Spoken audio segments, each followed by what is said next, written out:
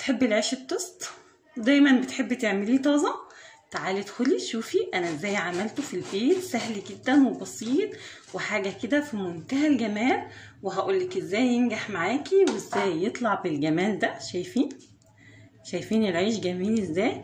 حلو جدا جدا الفكره. ادخلي شوفوا الفيديو، بس ان شاء الله لو شفتيه وعجبك ما تنسينيش في لايك واشتراك. بصوا يا جماعه العيش اصلا دايب كده لوحده ومش متحمل، ما شاء الله عليه. شايفين حلو جدا؟ شايفين يا جماعه التوريقه؟ شايفين العيش؟ ادخلوا بقى شوفوا الفيديو، بس ان شاء الله لو عجبكم ما تنسونيش في لايك واشتراك وتعملوا شير عشان الفيديو يوصل لاكبر عدد ممكن.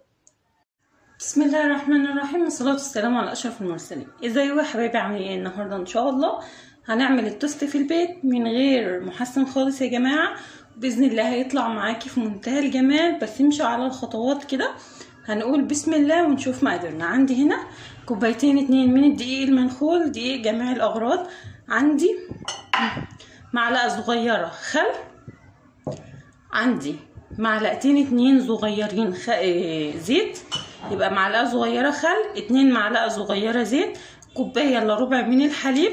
عندي هنا نص معلقه من البيكنج باودر ورشه ملح، نص معلقه صغيره بردك. هنا البيكنج باودر هيعدل لي بدل المحسن، هيعمل نفس الشغل بالظبط ان شاء الله. عندي معلقتين 2 من السكر، معلقه صغيره من الخميره سواء فوريه او بيره اللي انتي، او خميره الافران اللي انتي بتحبي تشتغلي بيها اشتغلي بيه. عندي معلقه صغيره من اللبن البودر. هنقول كده بسم الله، وهنجيب البوله اللي بنشتغل فيها وهنحط السكر واللبن البودر والخميره، تمام. وهنحط كمان اللبن يا جماعه، وممكن لو ما عندكيش لبن تقدري تستبدليه بميه، يبقى كوبايه الا ربع من الميه او كوبايه الا ربع من الحليب. بس المهم ان الاتنين يكونوا دافيين، يعني لو سواء دي او دي تكون دافيه، ولو حابه بقى تزودي الكميه انت وراحتك. اول حاجه كده هنبدا بس ندوب الخميره بتاعتنا. بسم الله. بعد ما دوبت الخميره هحط عليها معلقتين 2 من الدقيق، تمام. وهسيبهم يا جماعه حوالي 10 دقايق لغايه الخميره بتاعتنا ما ترتفع معانا. الخطوه ديت في المعجنات بتكون حلوه جدا وبتفرق معاكي كتير بصراحه، بتخلي العجينه معاكي كده هشه وطريه وحلوه جدا. اهو هغطي عليهم بقى وهسيبهم حوالي 10 دقايق يا جماعه لغايه ما ترتفع بس معايا، وبعد كده نرجع نكمل سوا. الوقت بقى بعد الخميره بتاعتي شايفين يا جماعه ما ارتفعت معايا على طول.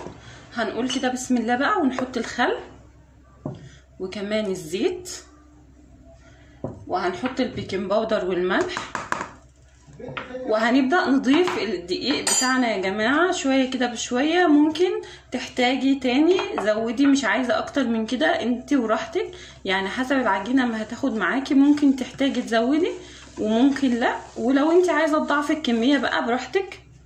اهو كده بسم الله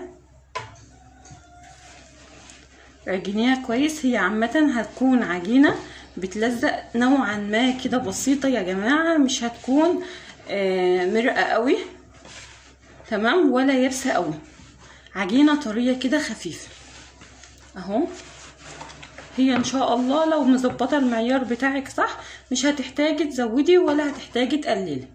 بصوا بقى يا حبايبي، بعد ما لميت العجينة بتاعتي في البلاستيكية لازم تنزليها على الرخامة وتاخدي وتدي معاكها كده شوية، تمام. اهو تفردي كده اهو تلمي يا جماعه، هي هترجع تلمي معاكي تاني. اهم حاجه نوع الدقيق اللي تكوني مستعملاه يكون دقيق عرقه حلو، وفي نفس الوقت لو حسيتي ان العجينه بتلزق معاكي قوي تقدري تزودي لها كمان معلقه دقيق. لو التقيتيها حلوه زي اللي في ايدي كده، تمام، هي صحيح بتلزق بس لسه هي بتتعجن، يعني هتلاقيها معاكي طريه وحلوه كده، تعرفي ان انت مش محتاجه دقيق ولا حاجه. الكوبايه بس اللي تعايري بيها الحليب عايري بيها الدقيق، تمام. اهو كده مش اقل من 5 دقايق تلمي كده وتفردي لغايه هتلاقيها نضفت لك ايديكي خالص ولما كل العجين اللي موجود فيه، تمام. اهو شويه كده بس حلوين. الحركه دي بتحسن معاكي العجينه خالص وبتخليها طريه، في نفس الوقت بتخليها هشه وجميله جدا. بصوا يا حبايبي بعد ما خلصت عجين معايا، شايفين العجينه يا جماعه طريه جدا وقطنيه وهشه خالص. تمام اهي. الوقت بقى هنلمها كده ونحطها في البوله ونغطي عليها. بصوا يا جماعه 10 دقايق بس. تمام، هتلاقيها اختمرت وبقت معاكي تمام. ما تنسوش ان احنا مخمرينها مره قبل كده، عشان ما ترجعيش تقولي ده انا بحس بطعم العجينه في قلب بطعم الخميره في قلب العجين. ده بسبب ان انت بتسيبيها تخمر كتير، وطبعا احنا في الحر فما تسيبهاش تخمر كتير. هسيبها بس ترتاح 10 دقايق ربع ساعه بالكتير. ده لو انت وراكي حاجه يعني ونسيتيها او حاجه، يبقى ما يزيدش عن ربع ساعه. وبعد كده نرجع نشكلها سوا.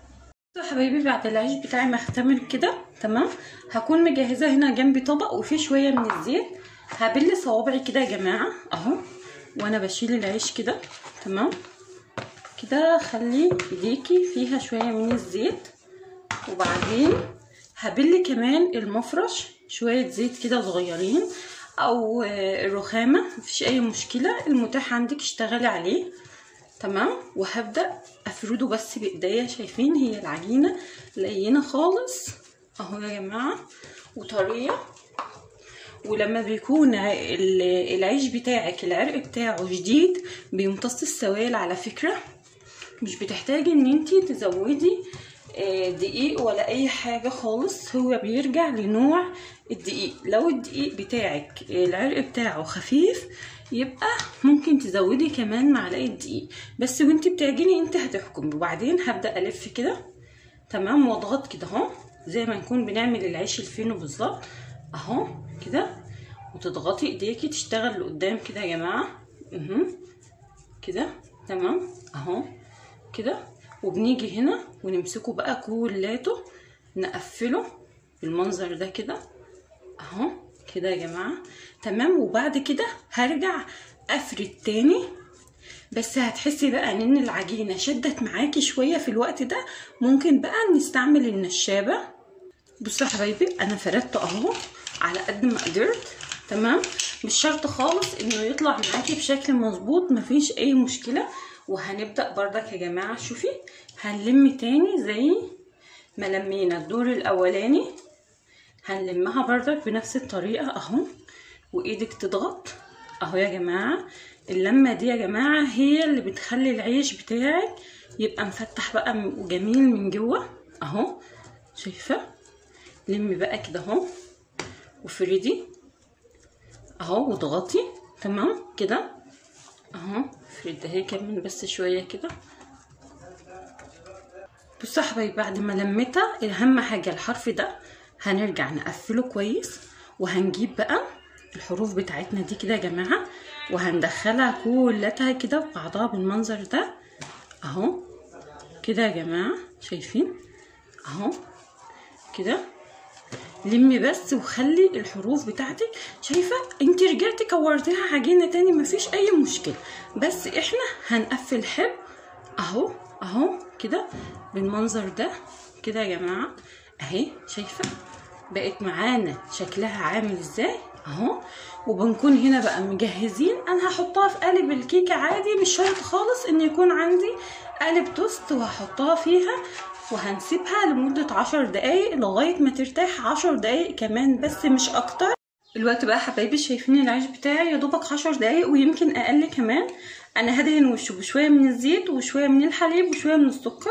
ممكن انت تدهني صفار بيض، ممكن تدهني لبن ونسكافيه، الحاجه اللي انت حباها ادهنيها. تمام. على فكره لو ما عندكيش ورق زبده تقدري تدهني القالب زيت وتحطيها فيها، مفيش اي مشكله بردك اهو يا جماعه.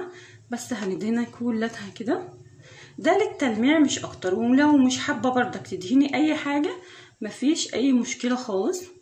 الرغيف بتاعنا ده بقى هيدخل على درجه حراره 180. الفرن شغال قبلها على الاقل ب10 دقايق. الفرن شغال من فوق ومن تحت على الرف الوسطاني. ولو الفرن بتاعك ما بتعرفيش تتحكمي في ناره ممكن تشغلي من تحت بس لغايه ما يحمر معاكي ويرتفع كده ويبقى تمام. وبعد كده تشغلي الشوايه ياخد لون خفيف وتطلعيه. ادخلي العيش بتاعنا بقى الفرن. بصوا يا حبايبي ده شكل العيش بتاعنا بعد ما طلع من الفرن على طول وهو سخن. لازم تكوني مجهزه فوطه نظيفه وتغطي العيش بتاعك. العيش ممكن يقعد معاكي يعني عشان تقطعيه ويطلع معاكي تمام مش اقل من 3 ساعات. تمام. ولو مستعجله بقى قطعي مفيش اي مشكله. فانا هريحه شويه لغايه ما يبرد تماما، وبعد بس اهم حاجه لازم تغطيه عشان تبدا العجينه تطرى معاكي، العيش يطرى معاكي ويبقى تمام. هغطيه يا جماعه، وان شاء الله بعد ما يبرد معايا تماما نرجع نقطعه سوا. دلوقتي بقى بعد العيش بتاعنا ما برد هنبدا كده نطلعه. بسم الله. بصي اهم حاجه بقى في نجاح العيش ان انتي لازم تقطعيه بسكينه مشرشره. شايفين يا جماعه؟ شايفين؟ بسم الله ما شاء الله، يعني شايفين اهو. بسم الله الرحمن الرحيم. اهم حاجه لازم يكون معاكي سكينه مشرشره، دي هتنفعك كتير. اهي يا جماعه شايفين العيش من جوه عامل ازاي؟ شايفه؟ بسم الله ما شاء الله عليه، حلو جدا جدا يا جماعه. يا رب بقى ان الطريقه بتاعتي تكون عجبتكم. بس ان شاء الله لو عجبكم ما تنسونيش في لايك واشتراك وتعملوا شير عشان الفيديو يوصل لاكبر عدد ممكن. مع السلامه، ونتقابل في وصفات تانية كتيره باذن الله.